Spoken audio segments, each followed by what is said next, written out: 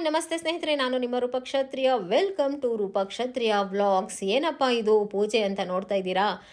ಇವತ್ತು ಬಂದ್ಬಿಟ್ಟು ನಮ್ಮ ಮನೆಯ ದೇವರ ಪೂಜೆಯನ್ನು ಮಾಡೋಣ ಅಂತ ಹೇಳ್ಬಿಟ್ಟು ಫ್ಯಾಮಿಲಿಯವರೆಲ್ಲರೂ ಕೂಡ ನಿರ್ಧಾರ ಮಾಡ್ಕೊಂಡು ಇವತ್ತು ಮನೆ ದೇವರಾದ ಮುನೇಶ್ವರ ಹಾಗೆ ಎಲ್ಲಮ್ಮ ಮುತ್ಯಾಲಮ್ಮ ಹಾಗೆ ಇಲ್ಲಿ ನಮಗೆ ನಾಗದೇವತೆ ಕೂಡ ಇದೆ, ಹುತ್ತ ಹಾಗೆ ಕಲ್ಲು ಕೂಡ ಇದೆ ಇಲ್ಲಿ ಸಿಕ್ಕಿರೋ ಅಂಥದ್ದು. ಆ್ಯಂಡ್ ಎಲ್ಲರೂ ಕೂಡ ಫ್ಯಾಮ್ಲಿಯವರು ಒಂದು 50 ದಿನ ಪೂಜೆ ಪುನಸ್ಕಾರಗಳನ್ನು ಮಾಡಿ ನಾನ್ ವೆಜ್ ತಿಂದಿರಲಿಲ್ಲ. ಸರಿ, ಇವತ್ತು ದಿನ ಒಳ್ಳೆಯದು, ಬುಧವಾರ ಚೆನ್ನಾಗಿದೆ ಅಂತ ಡಿಸೈಡ್ ಮಾಡಿಕೊಂಡು ಇವತ್ತು ಬಂದ್ಬಿಟ್ಟು ತಿನ್ನೋಣ ಅಂತ ಹೇಳ್ಬಿಟ್ಟು ಎಲ್ಲರೂ ಕೂಡ ಮನೆ ದೇವರ ಪೂಜೆಯನ್ನು ಮಾಡ್ತಾಯಿದ್ದೀವಿ ಫ್ಯಾಮ್ಲಿಯವರೆಲ್ಲ ಸೇರಿಕೊಂಡು.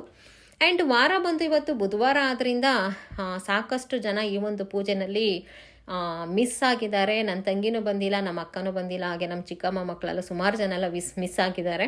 ಯಾಕೆ ಅಂತಂದರೆ ಸ್ಕೂಲ್ಸ್ ಇದೆ, ಟೆಸ್ಟು, ಎಕ್ಸಾಮು, ಕಾಲೇಜು, ಸೊ ಹಾಗಾಗಿ ಕೆಲಸಗಳಿರೋದ್ರಿಂದ ಸಾಕಷ್ಟು ಜನ ಈ ಬಾರಿ ಮಿಸ್ ಆದರು. ಅಪ್ಪ ಕೂಡ ಊರಿಂದ ಬಂದಿದ್ದರು, ಹಾಗೆ ಅಮ್ಮನಿಗೆ ಹುಷಾರಿಲ್ಲ ಅಂದರೂ ಕೂಡ ಅಮ್ಮನನ್ನು ದೇವಸ್ಥಾನಕ್ಕೆ ಕರ್ಕೊಂಡು ಹೋದ್ವಿ. ಆ್ಯಂಡ್ ಎಲ್ಲಮ್ಮ ಮುತ್ಯಾಲಮ್ಮ ಇದು. ಆ್ಯಂಡ್ ಈಗ ನೀವು ನೋಡ್ತಾ ಇರೋದು ಬಂದ್ಬಿಟ್ಟು ಮುನೇಶ್ವರ, ಹಾಗೆ ಕಲ್ಲುಗಳನ್ನು ಇಟ್ಟು ಪ್ರತಿಷ್ಠಾಪನೆಯನ್ನು ಮಾಡಿದ್ದೀವಿ. ಆ್ಯಂಡ್ ಈ ಒಂದು ದೇವಸ್ಥಾನ ನಮ್ಮದೇ ದೇವಸ್ಥಾನ ಆದ್ದರಿಂದ ಈಗೆಲ್ಲ ಪೂಜೆಯನ್ನು ಮಾಡ್ತಾಯಿದ್ದೀವಿ ಮುನೇಶ್ವರನಿಗೆ. ಮೊದಲು ಏನೇ ಸಮಸ್ಯೆ ಆದರೂ ಫಸ್ಟು ನಾವು ನೆನೆಯೋದೇ ಮನೆ ದೇವರನ್ನು. ನೋಡಿ, ಫ್ಯಾಮ್ಲಿಯವರೆಲ್ಲ ಸೇರಿಕೊಂಡು ಎಲ್ಲರೂ ಕೂಡ ಕೋಳಿಗಳನ್ನು ತಂದಿದ್ದರು. ಅದನ್ನೆಲ್ಲ ದೇವ್ರ ಮುಂದೆ ಇಟ್ಬಿಟ್ಟು ಆ್ಯಂಡ್ ದೇವರಿಗೆ ತೋರಿಸಿ ಆಚೆ ಕಟ್ ಮಾಡ್ತಾಯಿದ್ದಾರೆ.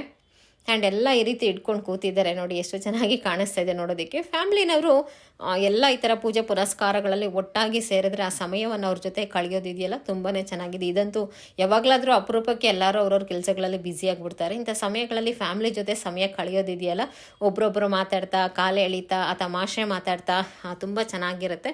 ಆ್ಯಂಡ್ ಕೋಳಿಗಳನ್ನೆಲ್ಲ ಕಟ್ ಮಾಡಿ ಪೂಜೆ ಎಲ್ಲ ಮಾಡಿ ಮಹಾಮಂಗಳಾರತಿ ಮಾಡಿ ಫೈನಲ್ ಆಗಿ ಎಲ್ಲರೂ ಪ್ರಸಾದ ತಿಂದು ಮನೆ ಕಡೆಗೆ ಹೊರಟ್ವಿ. ಮನೇಲೂ ಕೂಡ ಪ್ರಸಾದವನ್ನು ಮಾಡಿ ತಿಂದು ಪೂಜೆಯೆಲ್ಲ ಇವತ್ತು ಮುಗೀತು.